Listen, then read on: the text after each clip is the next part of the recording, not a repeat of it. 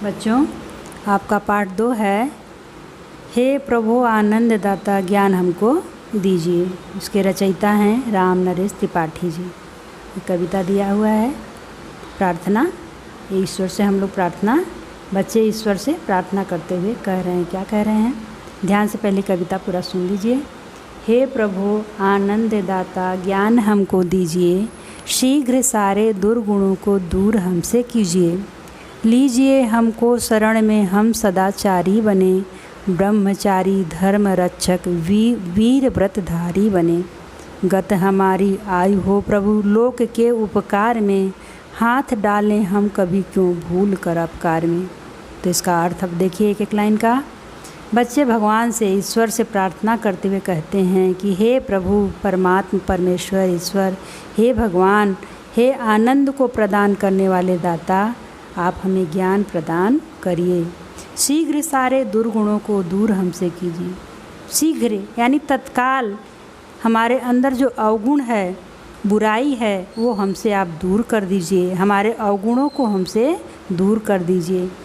लीजिए हमको शरण में, हम सदाचारी बने। हे परमेश्वर, हे परमात्मा, हे प्रभु, आप हमें अपनी शरण में ले लीजिए ताकि हम सदाचारी बन सकें, सदाचार का आचरण करें, अच्छे इंसान बन सकें। ब्रह्मचारी धर्म रक्षक वीर व्रतधारी बने, ब्रह्मचारी बने, धर्म के रक्षक बने, हम वीर व्रतधारी बने, वीर बने, और इस संसार के कल्याण हेतु हमारी अभिकामना हो। गत हमारी आयु हो प्रभु लोक के उपकार में, हमारी आयु, हमारा जीवन अच्छे कार्यों में संलग्न हो सके। हे परमात्मा, लोक के उपकार में, इस संसार के उपकार में हमारा जीवन समर्पित हो सके। हाथ डालें हम कभी क्यों भूल कर अपकार में। हे प्रभु, हम भूल करके भी कभी बुराई की तरफ अग्रसरित न हों, बुराई की तरफ न बढ़ें। हम भूल कर भी कभी अपकार अर्थात बुराइयों में हाथ न डालें। कभी भी हमारी चेतना, हमारा मन कभी बुराई की तरफ अग्रसर न हो। बच्चों, आप ये कविता आपके डायरी में प्रार्थना में भी दिया हुआ होगा। आप इसको सुबह सुबह प्रार्थना में करते हैं, वंदना में करते ही हैं। इसका स्वर आपको पता होगा। एक बार मैं आपको बताती हूँ। हे प्रभु आनंद दाता ज्ञान हमको दीजिए। हे प्रभु आनंद दाता ज्ञान हमको दीजिए, शीघ्र सारे दुर्गुणों को दूर हमसे कीजिए। लीजिए हमको शरण में, हम सदाचारी बने, ब्रह्मचारी धर्म रक्षक वीर व्रतधारी बने। गत हमारी आयु हो प्रभु लोक के उपकार में, गत हमारी आयु हो प्रभु लोक के उपकार में। हाथ डालें हम कभी क्यों भूल कर अपकार में, हाथ डालें हम कभी क्यों भूल कर अपकार में। तो इस प्रकार आप इस कविता को अच्छी तरह से याद करके गायन के रूप में गाइएगा। तो आगे आपके इस पाठ के आधार पर कुछ प्रश्न दिया हुआ है बच्चों, उसको आप ध्यान से देखिए। दिया हुआ है, पहला उदाहरण के अनुसार बहुवचन बनाइए। एक वचन है शब्द, उसका आप बहुवचन बनाना। जैसे दिया है दाता तो दाताओं, इसी प्रकार दिया है सदाचारी, तो इसका अगर आप बनाएंगे बहुवचन तो हो जाएगा सदाचारियों। अगला शब्द है ब्रह्मचारी, इसका अगर बहुवचन बनेगा तो हो जाएगा ब्रह्मचारियों। धर्म रक्षक का होगा धर्म रक्षकों। व्रतधारी व्रतधारियों, ये आपका बहुवचन हो गया। अगला शब्द देखिए, उसमें आपको अक्षर दिया हुआ है, बीच का अक्षर छूट गया है। अगर बीच का अक्षर भर देंगे तो एक उचित शब्द बन जाएगा। तो पहला वाला देखिए, स और दिया है और उसमें आप र भर देंगे तो हो जाएगा शरण, यानी र भरेंगे आप। दूसरा दिया है सदा और री, तो बीच में अगर चा भर देंगे तो बन जाएगा सदाचारी। तीसरा शब्द दिया है भूल और र, तो बीच में अगर क भर देंगे तो उचित शब्द हो जाएगा आपका क्या, भूल कर। और अगला शब्द है ह और री, तो बीच में माँ अगर भर देंगे तो हो जाएगा हमारी। इस प्रकार से आपका ये कोष्ठक वाला शब्द पूरा हुआ। आगे कुछ प्रश्न दिया है, उसका उत्तर देखिए ध्यान से। पहला प्रश्न आपका है, कवि किससे प्रार्थना करता है?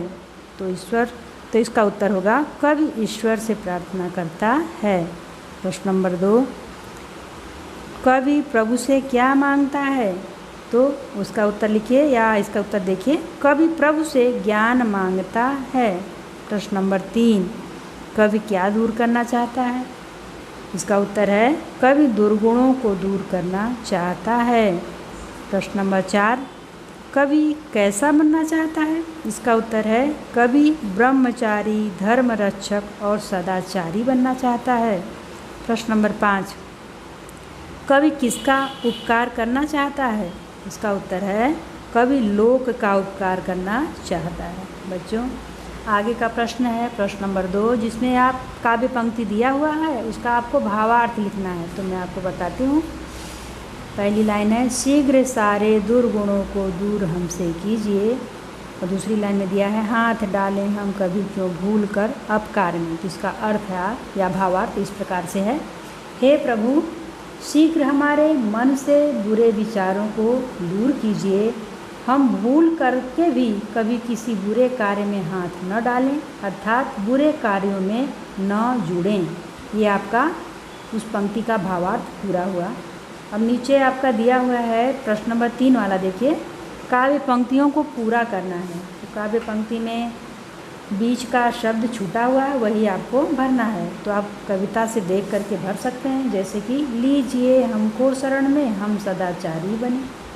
दूसरी लाइन में, गत हमारी आयु हो प्रभु लोक के उपकार में। इस प्रकार से काव्य पंक्ति आपकी पूरी हुई। बच्चों, प्रश्न नंबर 4 ध्यान से देखिए, इसमें कुछ शब्द दिया हुआ है जिसका समानार्थी शब्द आपको लिखना है।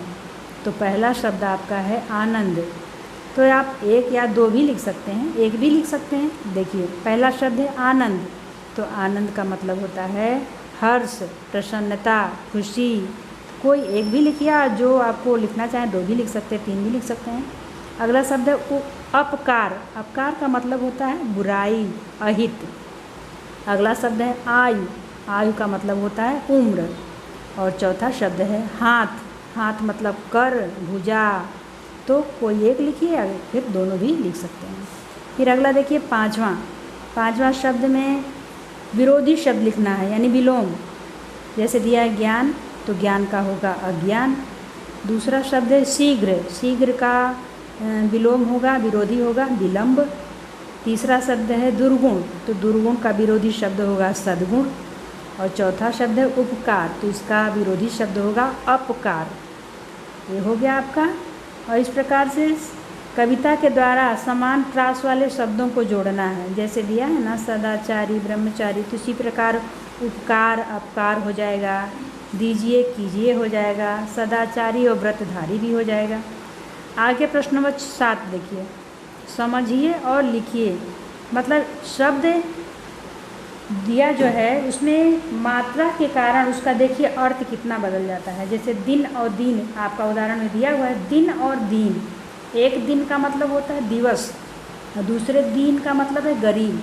यानी मात्रा के कारण देखिए अर्थ कितना अंतर हो जाता है, अर्थ बदल जाता है। उसी प्रकार नीचे आपका कुछ शब्द दिया हुआ है जो मैं आपको बता रही हूँ, आप ध्यान से देखिए। मिल, जिसपे छोटी की मात्रा है मिल, तो मिल का मतलब होता है प्राप्त होना। दूसरा मील, जिसमें बड़ी की मात्रा है, उसका मतलब होगा दूरी। कहते हैं ना बहुत मील तक हम चलते रहे, तो कहने का मतलब दूरी हो गया, उसको आप लिखिएगा दूरी। अगला शब्द दिया है सिल, जिस पर छोटी की मात्रा है पहला वाला शब्द। सिल का मतलब होता है सिलना। और दूसरा शील, उस पर बड़ी की मात्रा है, तो शील का मतलब होता है लाज, लज्जा। और आगे का शब्द देखिए बच्चों, देखिए ध्यान से। पिता, पिता का मतलब होता है जनक, तात, जन्मदाता। कोई एक शब्द आप डाल सकते हैं। तो और दूसरे में पीता, यानी बड़ी की मात्रा है, तो पीता का मतलब पीना है। जल पीने से मतलब है, या दूध पीने, कोई चीज़ जल मतलब तरल पदार्थ ग्रहण करने से है, तो उसका होगा पीना। अगला शब्द देखिए चिर, पहले वाले च पर छोटी की मात्रा है, तो इसके कारण उसका अर्थ हो गया पुराना। चिर माने होता है पुराना। और दूसरा चीर, जिस दूसरे वाले च पर बड़ी की मात्रा है बच्चों, तो उससे उसका अर्थ हो जाएगा वस्त्र, कपड़ा, वसन। तो कोई एक ही शब्द आप लिखिएगा, वस्त्र। इस प्रकार बच्चों ये पाठ आपका पूरी तरह से पूरा हो गया। आप इसकी अच्छी तरह से याद करिएगा।